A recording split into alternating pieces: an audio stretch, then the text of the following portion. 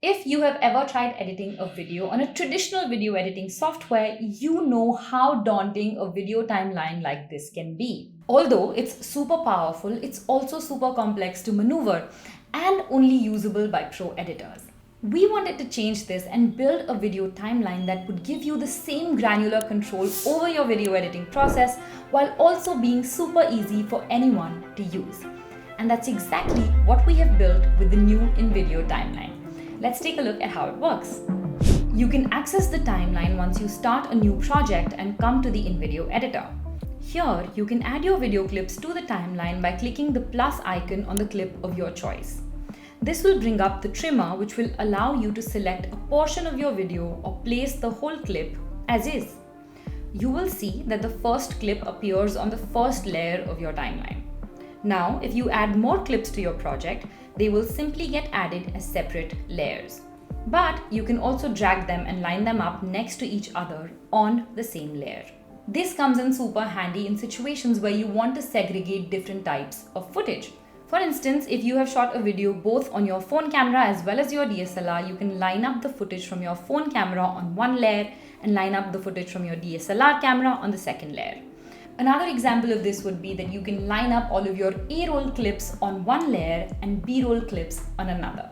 You can also reposition the order of the clips, trim them right there by adjusting the start and end points, or split the clips by placing the seeker at the exact point and using the scissor icon on the top of the timeline to split it. This gives you frame level precision, allowing you to trim or cut your clips right down to a single frame.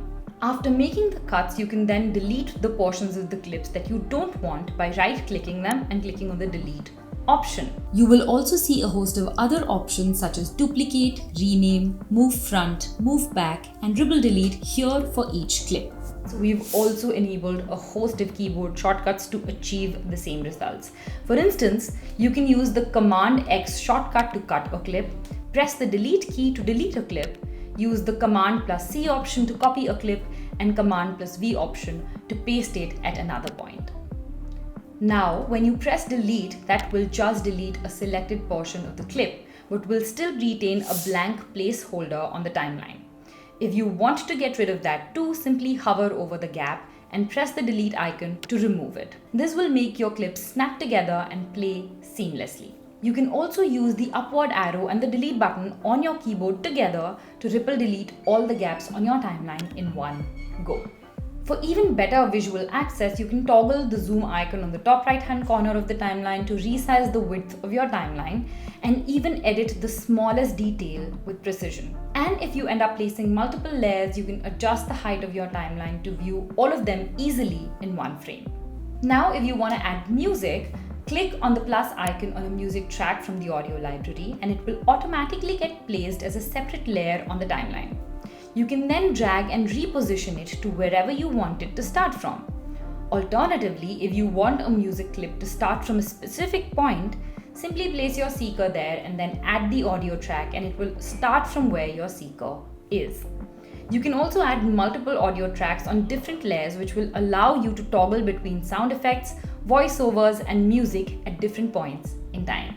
For example, I have added this background music track to my video, but I also feel that I need a sound effect of birds chirping in the morning at this point in the video, so I can simply add that sound effect as an additional layer and make sure they both play at the same time.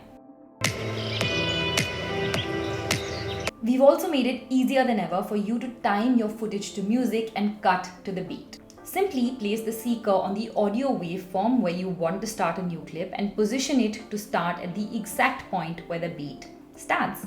We've also enabled you to rename your clips on the timeline itself. Double-click on the name of the clip and type in the details that you want.